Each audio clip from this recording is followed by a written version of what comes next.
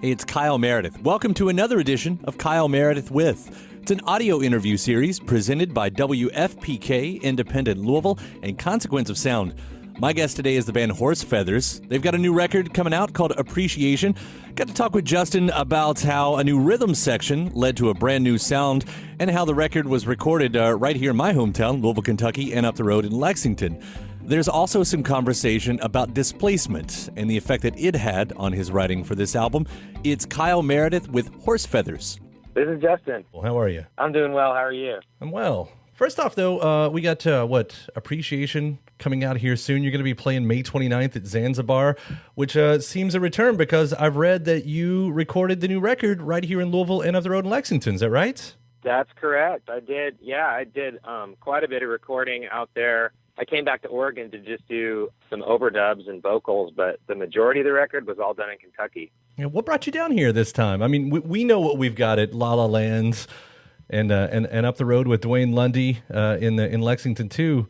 What brought you around these parts though? Well, there's several things. I had moved out to Asheville, North Carolina for a while, and in a pinch needed to get some new band members for a tour that kind of landed in my lap, and I hired some dudes that work out of Dwayne Lundy's studio, Shangri-La in Lexington. So I started touring with them, and then I'd also produced part of a record by the band River Wireless out of the studio La La Land, so I was familiar with it, and it was comfortable. My partner, her mother lives in Louisville, so we were going there quite a bit anyway.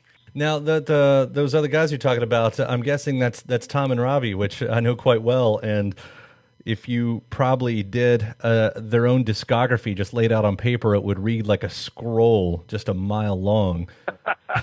It's true. Yeah. It's true. They're pretty infamous in those parts, from what I can tell. Now, they've added something quite interesting to your sound, and I think that's being talked about a lot on this new record because as a rhythm section as they are, this is something quite, well, it's tweaked. I mean, there's still Horse Feathers. The sound is all there, but this is still something different, would you say? I think so. It was definitely a departure in some ways. I'd been kind of warming up into using a full-blown rhythm section. I'd done that on my last record, but not quite the same way as we ended up using it on this record. And of course, both of them they're both great players and brought a lot to the table in terms of the collaboration of making it. So they were really instrumental in the way this sounds.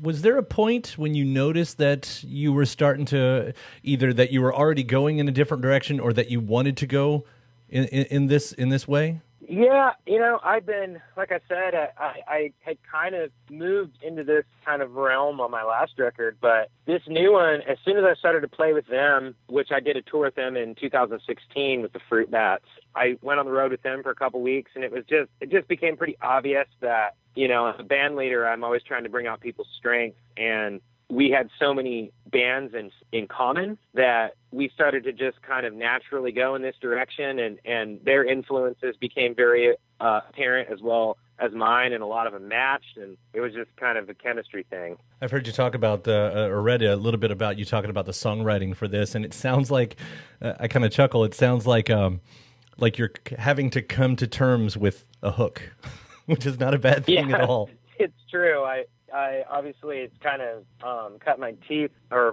began really in singer-songwriting, and much more as a singer-songwriter and playing more of a folk style thing, which is in general kind of lends itself to being like verse, verse, verse, verse.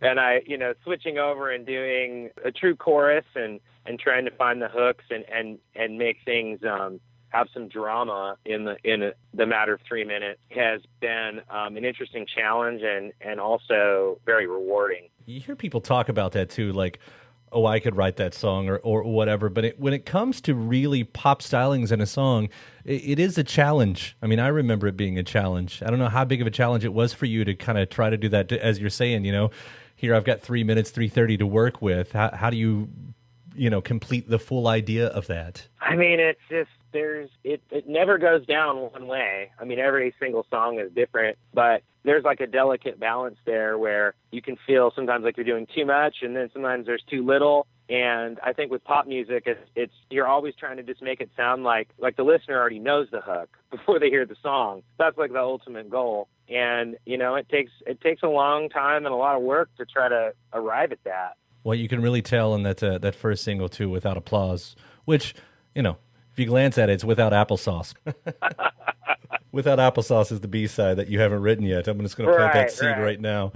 Tell me about that one, too, because it's a really great one. It's a great single. Oh, thank you. That one, it might be my favorite tune on the record in terms of how it came together. It was, I'd gone to Lexington and worked it out and done some pre-production with Tom and Robbie, and then went into Dwayne Lundy's studio, Shangri-La, and did that, and then had the opportunity to work with a keyboard player in Lexington, Lee Carroll is his name, and he did some of the organ pieces in it, and the song, that's a perfect example of a song that just kind of wrote itself. We worked on it, but it just came together very easily and naturally, and felt like a little bit of a genre experiment for me, but one that I was very comfortable with. And how about the themes? Always the fun question to ask a songwriter. Did you notice any threads that kind of pulls this all together? I think that for me, music is always, and it's ultimately going to be a reflection of your life, like it or not. And for me, I had dealt with a lot of changes in that I'd moved from my hometown of 10 plus years in Portland, Oregon. I'd moved to the Southeast, and I was kind of dealing with a lot of issues and displacement and feeling kind of pushed out of the city that I loved in a sense. And also new beginnings, falling in love. There's a lot of that in there. And then there's also just my own personal anxiety about state of the galaxy and, my ongoing existential crisis that I somehow try to fit into music. Yeah. I know placement seems to, I know that can be important. I mean, leaving a place and being kind of bumped around to here to there. You're saying that affected your songwriting a lot. Is it any specific way? I just noticed that there was this emotion that kept on hanging around where I just kind of felt, I noticed it. It's very explicit in a few songs, but living in this city, a lot of people may or may not be aware of it, but Portland, Oregon, just in the 11 years that I lived here, or lived there rather, I'm in Portland today, coincidentally, but the 11 years that I lived here, it just changed so dramatically, and everything I knew about it, from the people, community, all of those things just changed so much, and I felt kind of pushed out of the city, to be honest, and I kind of had a bone to pick about it. I had a lot of different feelings about it, and I just started to feel it creeping into what I was trying to say, and whenever that happens, I'd usually try to just make it a song. I'm glad you made it a song and not just a tweet. Yeah. I'm really impressed with this record, or at least the songs I've heard so far. I can't wait to hear the full thing, and more so, we're looking really forward to having you back in town here, too. It'll be great, like I said, a nice little homecoming for this record, May 29th at Zanzibar. We're very excited about that show. It is definitely a homecoming for half the band. All right, man. Well, thank you, Justin. It was a pleasure talking to you today. Hey, thank you very much. Have a good afternoon. You too. Take care. Bye.